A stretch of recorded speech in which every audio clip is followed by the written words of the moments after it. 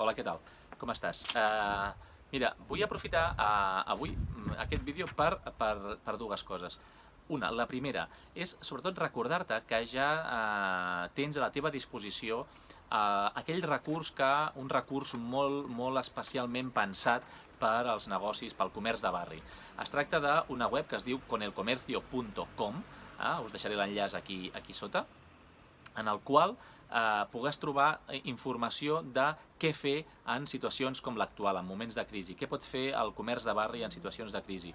Una situació com l'actual en la que es plantegen molts dubtes, moltes preguntes sobre què és el que podem fer, què és el que no podem fer, quina és la situació des del punt de vista fiscal, laboral, des del punt de vista també de màrqueting, de vendre, de no vendre. En definitiva, diguéssim, en un sentit ampli, trobaràs en aquesta web un seguit d'informació que et pot ser molt útil. És una informació que hem treballat un conjunt de 20 professionals vinculats al sector del retail, del comerç de barri, amb la idea precisament d'aconseguir o de facilitar tots els recursos possibles perquè aquest sector, que actualment està patint unes grans dificultats, doncs pugui sortir-se'n de la millor manera possible. A més, és una web viva en la qual també podràs fer preguntes, compartir els teus dubtes i aquest conjunt de 20 professionals intentarem donar-te resposta al més aviat possible. En un termini, em sembla que és de 24 hores.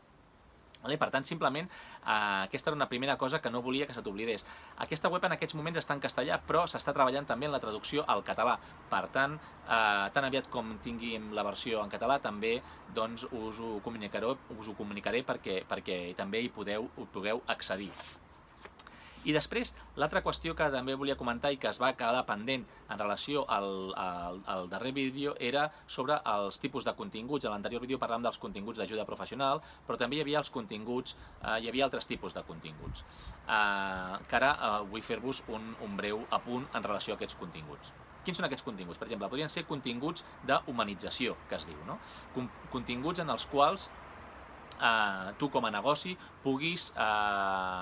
puguis compartir quina és la situació en la que estàs vivint actualment, el teu negoci, què estàs fent, en què estàs treballant, com estàs afrontant aquesta crisi.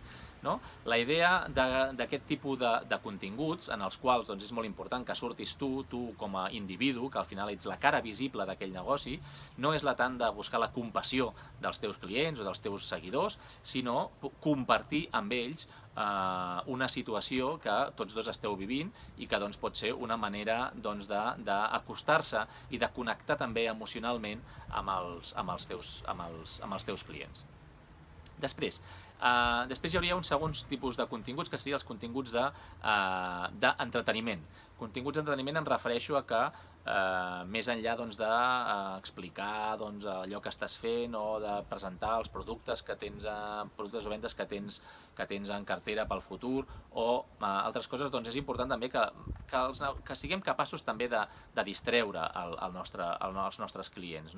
Com? A través de diferents tipus de jocs, d'explicar històries, possiblement amb continguts que no tenen directament una relació amb el teu sector o amb el teu producte o servei, però que sí que el que fan és visualitzar que ets capaç de sortir, diguéssim, d'aquesta zona de confort i potser aportar altres coses que també puguin entretenir en el teu client. Si a més aquest tipus d'entreteniment està lligat al producte o servei que tu vens, encara millor. Per exemple, jo vaig veure el cas d'una peixateria que compartia un vídeo en què es veia un joc de mans en el que al final acabava, diguéssim, d'alguna manera de promocionar o d'explicar que ells tenien productes frescos, el peix fresc, etc. És una manera d'entretenir i al mateix temps també explicar quins són els productes que hi ha a disposició. Però hi hauria moltes altres possibilitats que, diguéssim, aquí la teva imaginació és el que segurament serà més important per per dissenyar aquest tipus de continguts. I finalment hi hauria un tercer tipus de continguts, que és el contingut de col·laboració. I què vull dir amb això? Vull dir que estem en un moment en el que ja estem veient que o bé els petits negocis i totes les persones col·laborem de manera, diguéssim, solidària entre tots per aconseguir sortir d'aquesta situació, o no ens en sortirem. Per tant, quina millor manera també de compartir continguts que sigui el de promocionar, per exemple, una altra botiga del barri. Potser tu no pots vendre determinats productes o serveis, però sí que pots promocionar una botiga de barri que sí que ven productes de primera necessitat, i per tant animar els teus clients a que també vagin a comprar en aquestes botigues. Deixar bones ressenyes en botigues d'altres, en botigues del barri, en botigues del teu entorn. En definitiva, buscar una mica la complicitat entre aquests negocis que formeu part encara d'aquest sector, que és el petit comerç, el comerç de barri, el comerç de poble, per, diguéssim, ajudar-vos mútuament en aquest sentit. Bé, són 3 tipus de continguts que, combinats també amb l'ajuda professional, és important d'anar-los compartint a les vostres xarxes a través dels vostres canals, tenint en compte sempre el moment en el que ens trobem, sigui de la situació de l'estat d'alarma, si és un moment en el que la gent està esperant molta informació en relació a la situació de l'evolució de la pandèmia, o està en un moment més relaxat. En definitiva, això és una cosa que heu d'anar modulant, o has d'anar modulant tu en relació a el que vagis percebent també de comentaris, de reaccions que pugui tenir la gent a la situació actual. Evidentment, tu et pots agafar també com a exemple en aquest sentit, perquè també no deixes de ser una persona que viu aquesta situació, i per tant això també et pot servir molt de referència.